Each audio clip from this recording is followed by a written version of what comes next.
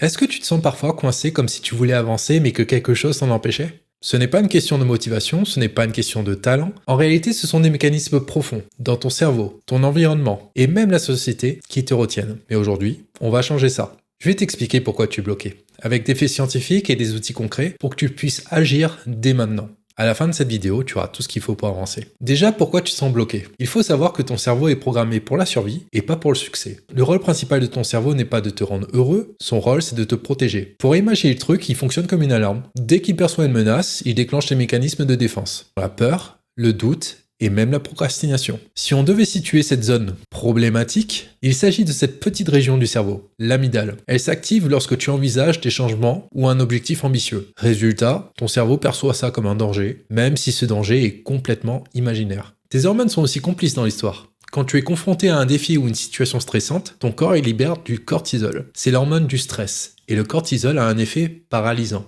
Il te pousse à éviter l'effort pour te protéger. C'est pour ça que quand tu te sens stressé ou dépassé, tu préfères fuir dans des distractions comme Netflix ou ton téléphone. D'ailleurs, une étude publiée dans Journal of Neuroscience montre que des niveaux élevés de cortisol réduisent la capacité de ton cerveau à prendre des décisions rationnelles et amplifient l'inaction. T'es pas paresseux, t'es juste plein de cortisol. S'ajoute à ça le vol de ton attention. Ton cerveau est programmé pour chercher des récompenses immédiates. Il est bombardé de distractions dans le monde moderne, les réseaux sociaux, les notifications, les vidéos à la chaîne. Donc à chaque fois que tu reçois un like ou que tu regardes une nouvelle vidéo, ton cerveau libère de la dopamine. Or cette hormone te donne une sensation de plaisir, mais temporaire. Et tu deviens dépendant à des micro-dépendances. À titre d'information, en moyenne, une personne consulte son smartphone environ 150 fois par jour. Résultat, ton attention est constamment fragmentée, ce qui rend presque impossible de te concentrer sur des objectifs à long terme. Arrête de piquer mon attention, toi. Ouais, on peut dire que ton cerveau est contre toi en fait. Parce qu'en plus d'être attiré par des récompenses immédiates comme les notifications et les plaisirs éphémères, il adore te faire rester dans ta zone de confort. Le problème, ce n'est pas seulement la dopamine, c'est aussi l'inertie naturelle de ton cerveau. En neurosciences, on parle de biais statu quo. Ton cerveau préfère maintenir les choses comme elles sont, même si elles ne te rendent pas forcément heureux. Et pourquoi? Parce que les changements lui demandent trop d'énergie. Des études montrent que le cerveau utilise 20% de l'énergie totale de ton corps. Et quand il perçoit un changement comme un effort, il active des mécanismes pour t'en dissuader. Ce n'est pas que tu manques de motivation, c'est que ton cerveau économise de l'énergie.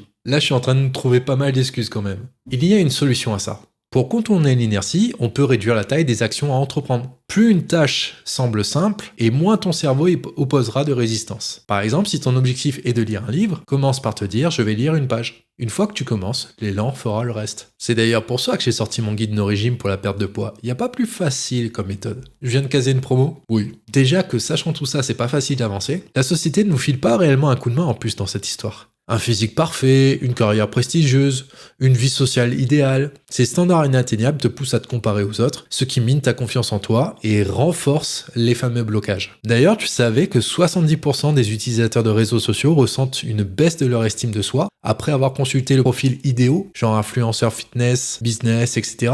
Je te l'accorde, c'est pas réellement un scoop. Autre problème, t'as déjà entendu parler d'aversion à la perte? Notre cerveau est câblé pour éviter les pertes plutôt que de chercher les gains. C'est ce qu'on appelle l'aversion à la perte. Cela signifie que la douleur d'un échec potentiel est perçue comme 2 fois plus forte que la satisfaction d'une réussite. D'ailleurs, Daniel Kahneman, un prix Nobel, a démontré que cette peur de l'échec nous pousse à procrastiner ou à abandonner avant même d'essayer. Maintenant qu'on a identifié l'ensemble des problèmes, je te conseille de prendre des notes parce qu'on va voir comment les résoudre et éviter ces blocages. On démarre avec les micro-actions. Pour sortir de cette spirale, tu dois réentraîner ton cerveau. Commence par des petites étapes qui te donnent un sentiment de progression sans te submerger. Par exemple, au lieu de dire « je vais perdre 10 kilos », commence par « je vais marcher 10 minutes aujourd'hui ». C'est d'autant plus efficace que ces micro-actions libèrent de la dopamine, mais cette fois pour des raisons constructives et elles te motivent à continuer et créer une sorte de cercle vertueux. Deuxième chose à mettre en place, compare-toi à toi-même. Au lieu de comparer aux autres, concentre-toi sur tes propres progrès. Regarde où tu étais il y a 1 mois, 6 mois, 1 an, et tu verras que cette approche renforcera ta confiance en toi et te donnera une perspective plus réaliste de tes avancées. Troisième astuce, ton cerveau il adore que tu lui rabâches tes choses. Parce que ton cerveau il croit ce que tu lui dis. Mais si tu lui répètes que tu progresses tous les jours, ton cerveau s'adaptera à cette nouvelle réalité. C'est d'ailleurs un exercice que je faisais assez régulièrement. Chaque soir, j'écrivais 3 petites victoires de la journée, même si c'était des choses simples, comme j'ai bu de l'eau aujourd'hui.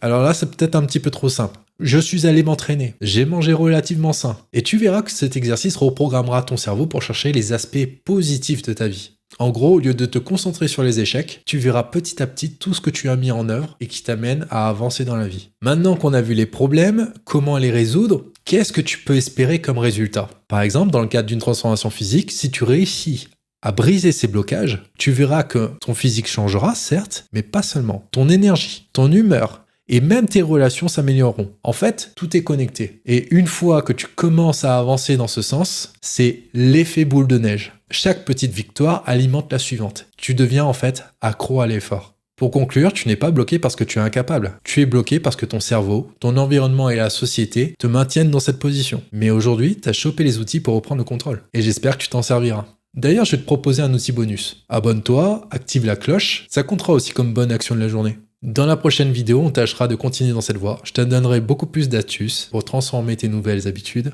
en routine. Et rappelle-toi, rien ne change si rien ne bouge. Fais ce premier pas et contemple tout ce que tu peux accomplir.